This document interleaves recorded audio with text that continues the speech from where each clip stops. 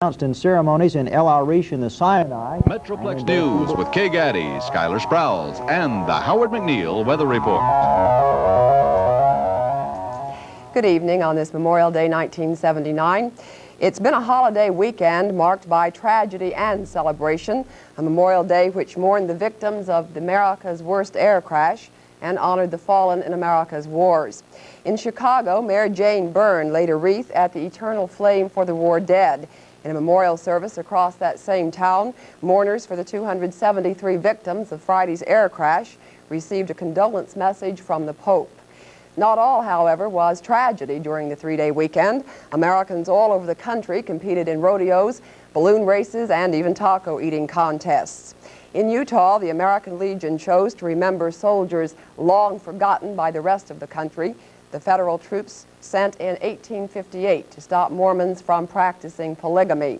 And Bob Hope taped a television special today aboard the USS Iwo Jima. Said Hope, "It beats entertaining our fighting men back in the gas lines in California." The 39th observance of Memorial Day Dallas took place this afternoon at Westland Cemetery, marking the beginning of National Vietnam Veterans Week as declared by President Carter. The first program at the Field of Honor in Westland Cemetery was Memorial Day 1941, 6 months before Pearl Harbor.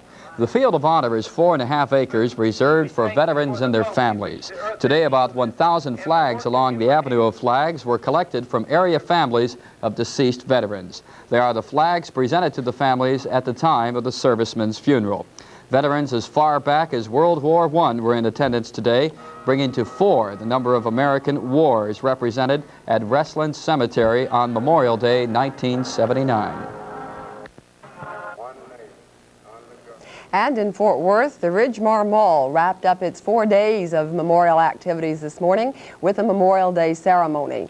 During the past 4 days, the Ridgemar Mall Memorial Day activities 1979 have included armed forces displays, demonstrations by the Air Force Bayou Country Band, the Arlington Heights High School ROTC, and the O.D. Wyatt High School ROTC. Today's ceremonies began at 9:30 with a flag raising sponsored by Carswell Air Force Base. The Honor Guard presented a 21-gun salute, and music by the Barksdale Air Force Band highlighted the ceremony. Fort Worth Mayor Woody Woods and Carswell Air Force Base Deputy Base Commander Lieutenant Colonel Kane brought messages of remembrance, peace, and hope to citizens gathered in memory of those who served their country so valiantly. The Federal Aviation Administration has ordered all U.S. airlines to either ground their DC-10s or to perform immediate safety checks on them by at least 3 o'clock tomorrow. The carriers will be checking or replacing engine bolts. A cracked bolt caused the engine to fall off the American Airlines jet just seconds before it crashed in Chicago. Langhorne Bond of the FAA takes issue with the Transportation Safety Board's contention that the plane should have been able to fly with its 2 remaining engines. Bond says it was not a question of available power, but that part of the plane had been completely taken away. He says the jetliner was doomed from the minute the engine was lost. And it's just been learned this evening that the DC-10 crash may have claimed more victims than had been originally thought. The Cook County Medical Examiner, says that he's seen the bodies of an infant and a child that were not on the passenger list that was contained earlier. Iran's Prime Minister Mehdi Barzani says his country has become filled with hundreds of sheriffs who have paralyzed national life, and the government of the Ayatollah Khomeini has come under more sharp criticism from within. In a speech published today, a close friend of the religious leader warned against the Ayatollah's plan to establish an all-pervasive Islamic republic. Secretary of State Vance met with government leaders in Italy on Monday in what is seen by some as a gesture of support for the Christian Democrats in next week's election. Vance will have an audience with the Pope tomorrow. And a strenuous summit meeting with Israeli Prime Minister Begin and ceremonies marking the return of El Arish have prompted a decision by Egypt's President Sadat. He's taking a week-long vacation. It began this afternoon after Sadat's 5-hour cruise down the Suez Canal. The Memorial Day traffic death toll has held fairly steady most of the day as Texans began leaving from their brief vacations and heading homeward. 32 persons have died on Texas streets and highways since the grim count began at 6 o'clock Friday evening. The toll continues through midnight tonight. 4 persons, including a deputy sheriff from New Mexico, were killed near Hondo yesterday in one of the worst crashes of the holiday period. The victims were 67-year-old Floyd Patterson, a deputy sheriff from Clovis, New Mexico, his wife Alice, and 2 men from Pleasanton, Michael Wright and William S. Wynn. One DPS spokesman says that 46 persons died in Texas during the Memorial Day period last year. We will take a break here and be back with a featured report on solar energy. Stay with us. Adolph Coors came to America in 1868. He didn't have a dime, didn't even speak the language, but he did know about brewing, so he got a job in a brewery. And after 5 years, he decided to brew his own beer and came west to do it. Well, he stopped right here in Golden because Colorado had the Rocky Mountain spring water he needed to brew the kind of beer he had in mind. He must have done a good job, because what he started back in 1873 has grown into America's largest single brewery. It's a showplace of modern equipment and techniques, but they're just tools for the 6,000 people who work here. People make Coors beer what it is, just as they did when Adolph Coors started. People who like what they're doing, people who care, people who take pride in their work. You couldn't brew a beer like Coors any other way. Coors, our people make it better. You want to squeeze, Mommy? Squeeze the first out of me. Wowee! Lemon tree for a squeeze. How about me? Squeeze the first out of me. Oh, yeah. Lemon tree, lemon tree, lemon tree. Lemon Tree, Lipton's lemonade-flavored drink mix. No artificial flavors. Made with the juice of real lemons. Think I'll get a squeeze. Squeeze the first out of me.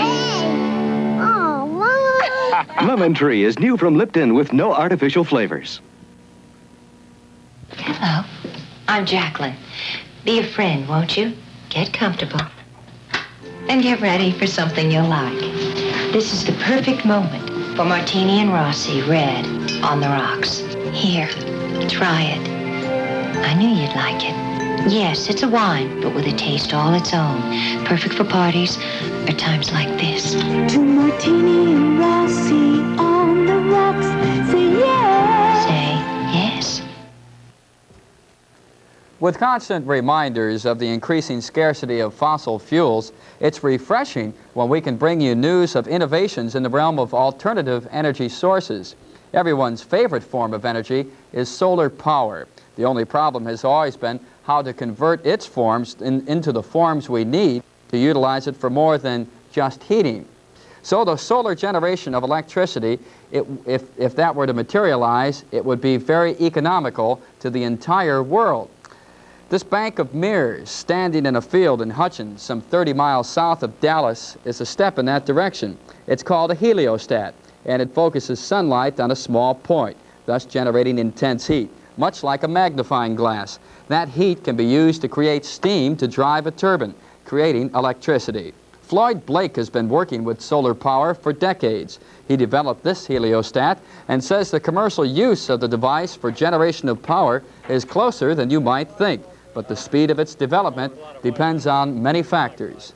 Well, this is geared to how quick industries realize that, in fact, we're on the verge of economic competition now, and factors, that's even disregarding factors such as the price rises in oil and the cutoffs in oil and the prices of peace treaties, and heaven help us, the price of a war that are sometimes associated with the other energy supplies. A member of the Texas Armadillo Coalition declared during an anti-nuclear press conference that solar power has no use as a weapon, and for that reason, unlike nuclear power, has not been taken seriously. But ancient Greek history reveals that 2,000 years ago, Archimedes took solar warfare very seriously. A Roman fleet was approaching, so he had his soldiers polish their shields to a high gloss, then arrayed them on a hillside facing the sea. The soldiers aimed the reflections from their shields at the black sails on the Roman ships, and this is what happened. When several heliostats are arrayed together with automatic tracking of the sun, a target temperature of over 1,500 degrees can be achieved. Northrup Incorporated of Hutchins is one of the leaders in heliostat development.